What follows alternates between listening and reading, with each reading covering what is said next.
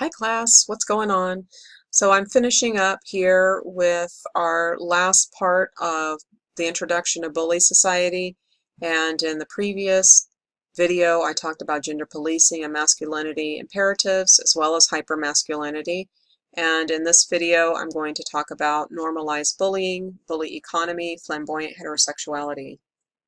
So first of all, normalized bullying is when the act of saying things that are demeaning to someone else, being physical with someone else, so it can be verbal or physical, when that is accepted as kind of a typical way of behaving within a culture, that is normalized bullying. When it may be viewed as just a part of getting older, where bullying is supposed to occur, maybe between siblings. It's supposed to occur at school. It is, but it goes on from there, right? So these patterns of behavior are not just limited to play between siblings. They're not just limited to things that can happen to us, teasing that happens to us at school, for instance, or even someone putting their hands on us when we're in elementary school, middle school, or high school. It can go on to as adults in the workplace. There's bullying that occurs in the workplace.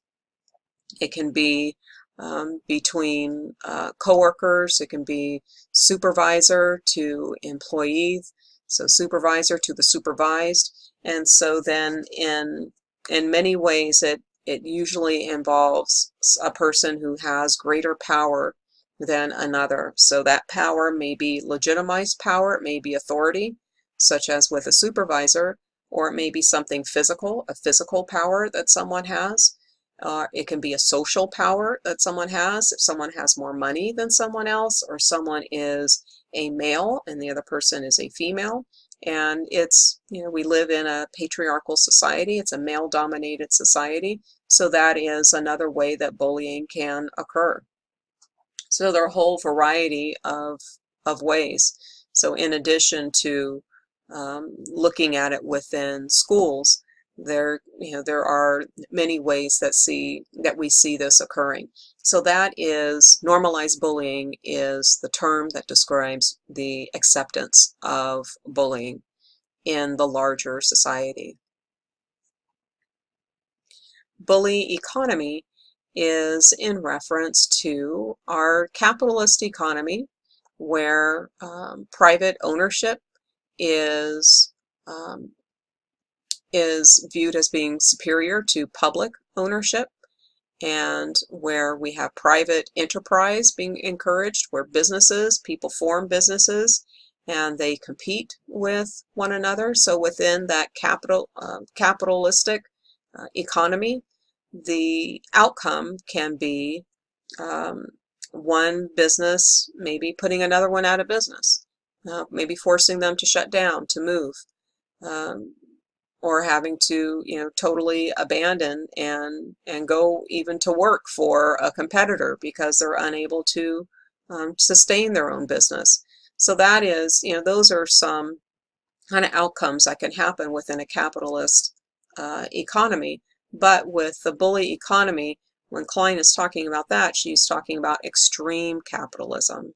Extreme capitalism that is marked by severe income inequality. So extreme capitalism that is marked by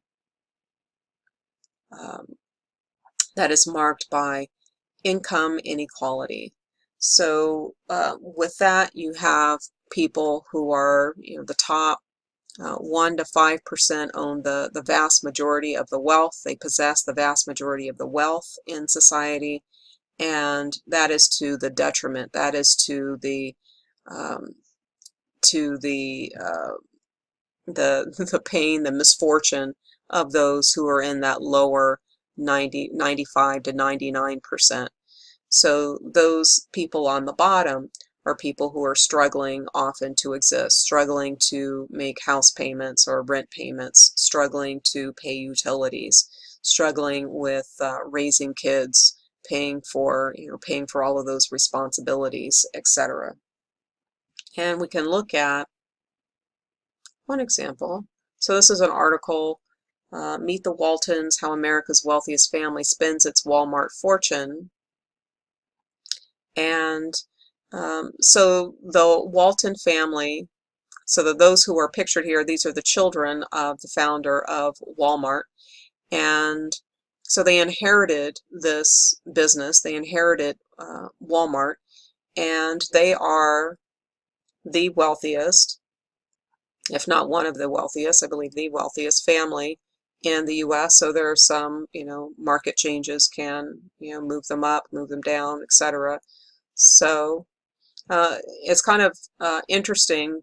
The title of the article, or rather the focus of the article, is how they live rather modestly in spite of their wealth.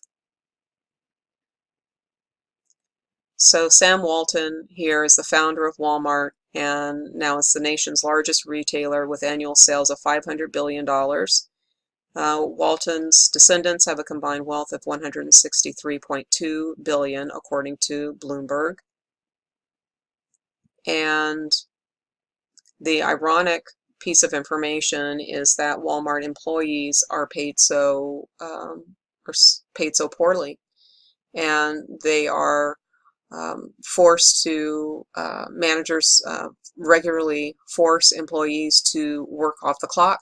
So if your shift is over, you may be told to go and clock out and then come back and finish the work that you were doing, so that you're basically doing work for free.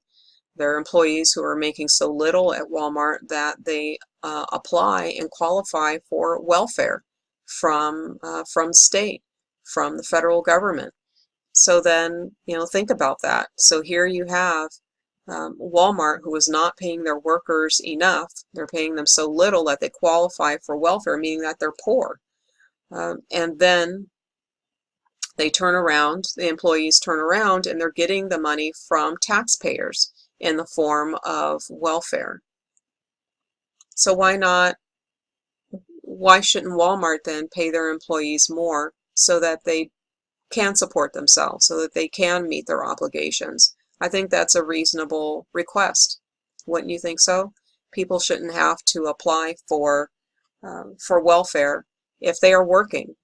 Especially if they're working full time, they shouldn't have to go on welfare, and they certainly shouldn't be have to take taxpayer dollars when their wealthy employers are socking that money away.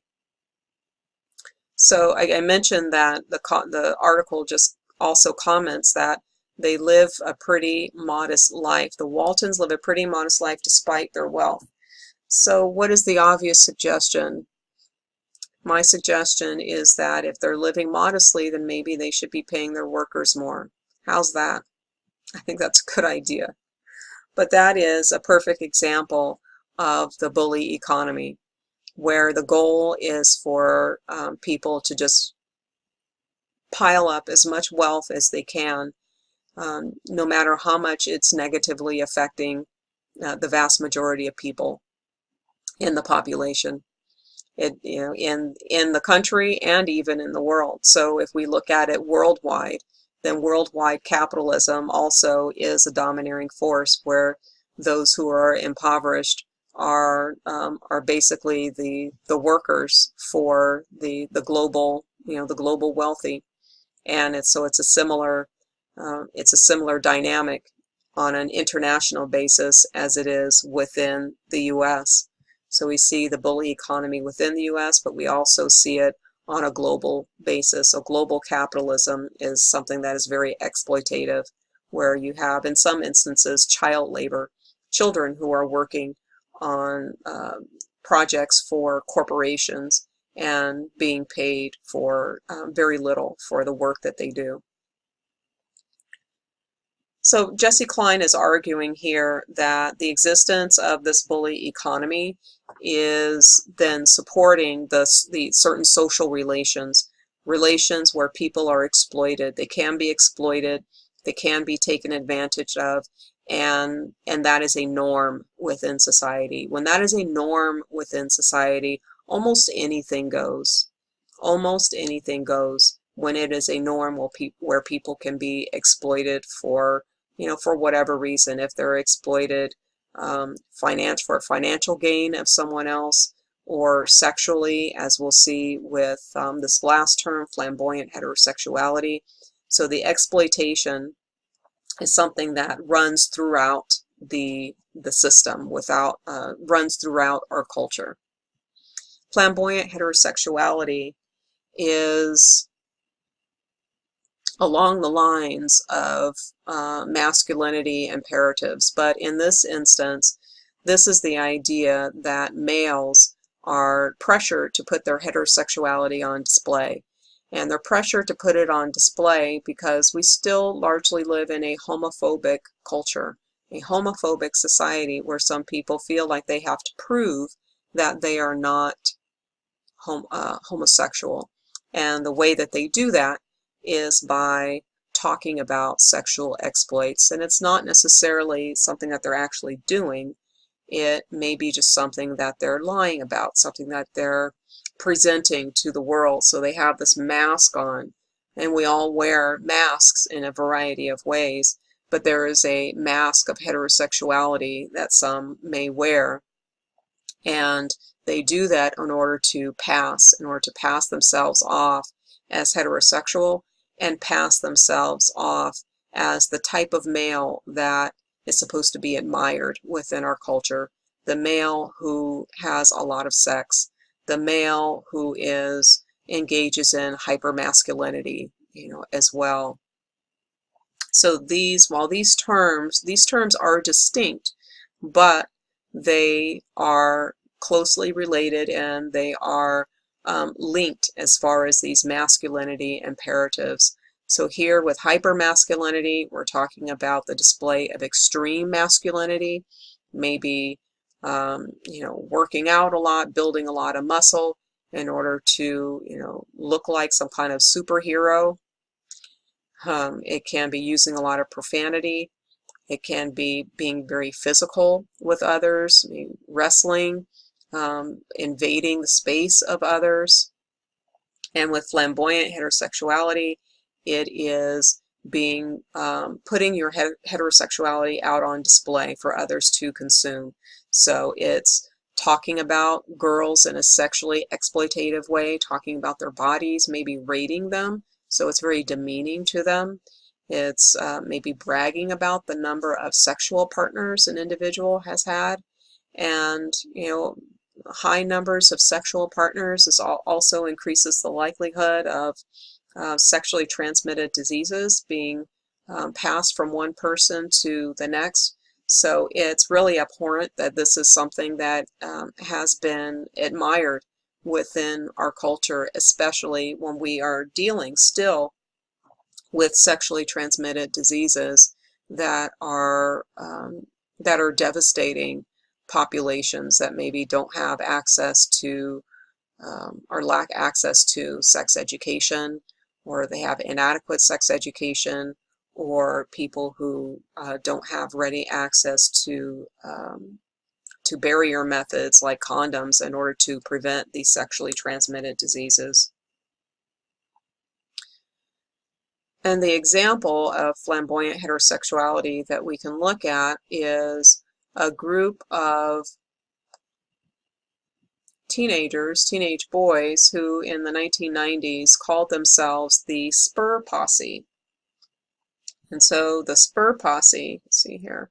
So the Spur Posse was a group of teenage boys from Lakewood High School, Lakewood, California. And Lakewood is an early cookie cutter suburb in Southern California that was very sought after, where many people sought to live there, and it also had restrictive covenants in the community. So in the 1950s, when people were buying into Lakewood, the Lakewood suburbs, only whites, only people who are with European ancestry were able to buy into that community. And so it's kind of interesting that then it's the location of the Spur Posse in the 1990s. So it's looked at as this kind of ideal suburban community, but it's not really ideal because it was segregated. And so there was ugliness there that maybe went unrecognized. But it's, there's the spur posse is another form of ugliness. And with this, these were boys who were bragging about their sexual exploits with one another. They were creating videos where they were bragging about the number of girls that they had had sex with. One of the boys even had sex with a girl as young as 10. So that is something beyond, maybe beyond what should be admired, but the point that Jessie Klein is making with her research is that when we create an environment, we create a culture where bullying is accepted, where hypermasculinity is accepted and admired, and where flamboyant heterosexuality, normalized bullying, etc., all of that, gender policing, all of that is accepted and admired, then the bottom kind of drops out. Our standards are pretty low. So then we shouldn't be surprised when there are teenage boys who are bragging about having sex with maybe 12-year-old girls or 10-year-old girls. And they're all children, they're teenagers. If they're younger than 18, they're children. But it is particularly abhorrent to think that they were engaging in sex with girls, young girls, and bragging about it. So it's not a case of boys will be boys, and this is a common cultural saying that you've probably heard, which implies that boys can engage in bad behavior. They can tease, they can bully, they can roughhouse, they can hit, they can punch, they can street race, they can experiment with drugs and alcohol, etc., etc., etc., etc. They can engage in risk-taking behavior that harms or has the potential of harming themselves as well as others. So it's not a one-sided kind of discussion that we're having. We're talking about actions that can be harmful to the perpetrators as well as to people who are being victimized. So that all is problematic. And if it's something that is bothersome to you, maybe something that you've been on the receiving end of, then I think we should be mindful and cognizant of ways that we can change these behaviors, ways that we cannot reinforce these behaviors so that they continue to exist within our culture. So there's some different ways of doing that, like not giving people the attention that they seek when they're engaging in these behaviors. If it's not reinforced, it's less likely to occur. And boys should be taught that they don't have to engage in hypermasculinity or flamboyant heterosexuality in order to be a male. There are ways of being a male and being kind, being caring, being intelligent, so forth. And that's something that we can think about if, particularly as we talk about Klein's book. So that's basically it with the terms that Klein introduces to us in this first chapter for our introduction to the book, Bully Society. Please feel free to get in touch with me if you have questions about this presentation, and or if there's anything that's unclear, just let me know. Thank you for your attention.